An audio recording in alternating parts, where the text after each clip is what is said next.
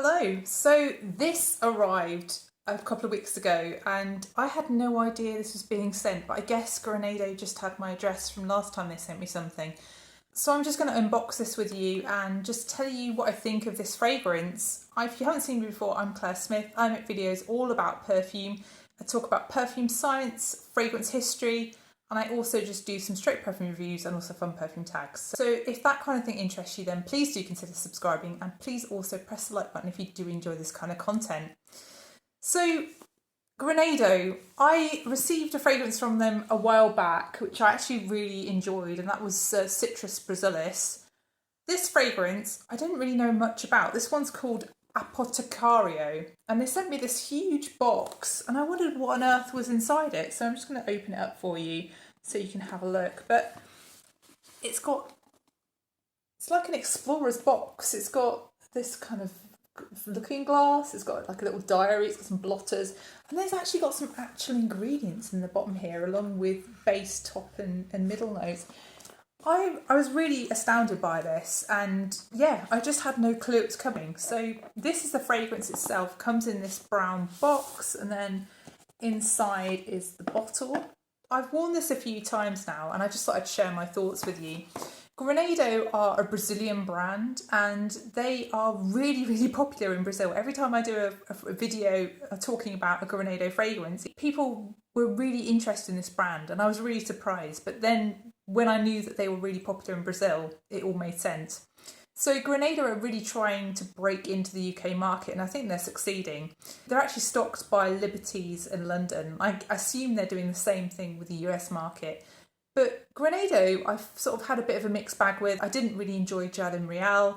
I did really enjoy Citrus Brasilis. So how is Apotecario going to go? So Apotecario is a new fragrance released in 2025, and this one, again, like Citrus Brasilis, was formulated by Quentin Bisch.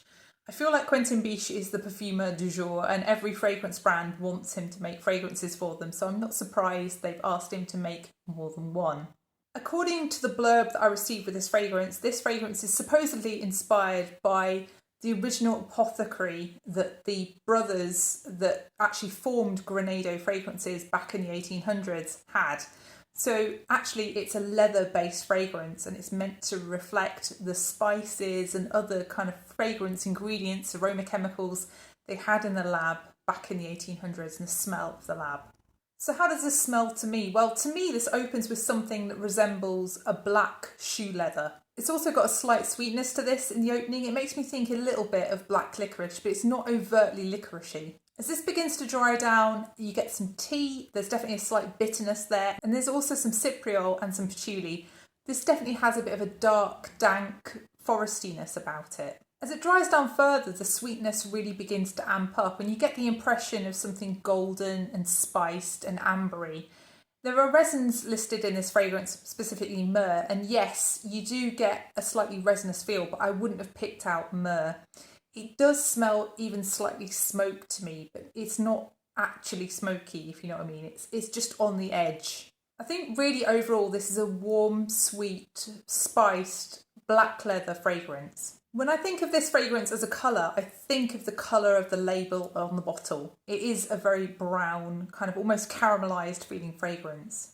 In the far dry down, it gets slightly more woody, but you still have that leather and you still have that sweetness and that spice.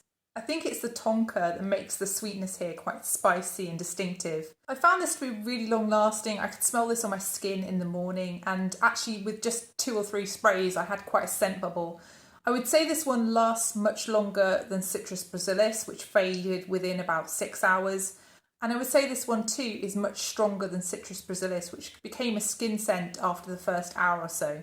To me, this fragrance feels very typical of Bisch's male marketed fragrances, but it's perhaps slightly more friendly. I think if you struggle with the aroma chemicals that are quite front and centre in some of Bisch's other creations, you might find this one slightly easier.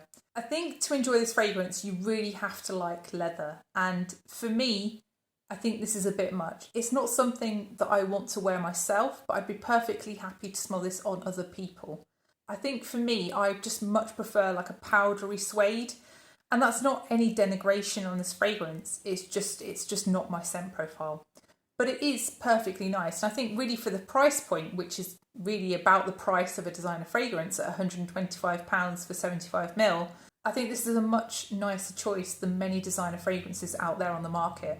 I think if you're looking for a present, perhaps for somebody at Christmas who's really into leather fragrances, this could definitely be a winner. I think this fragrance is more on the classical side, but it still does have a bit of a modern edge, and I think it's nicely rounded. I think it's a good choice. So that's Granado's Apotecario.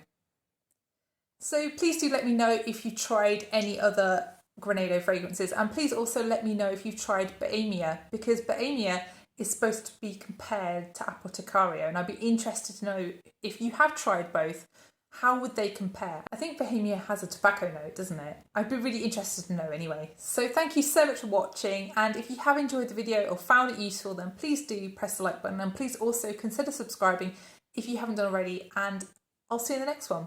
Bye.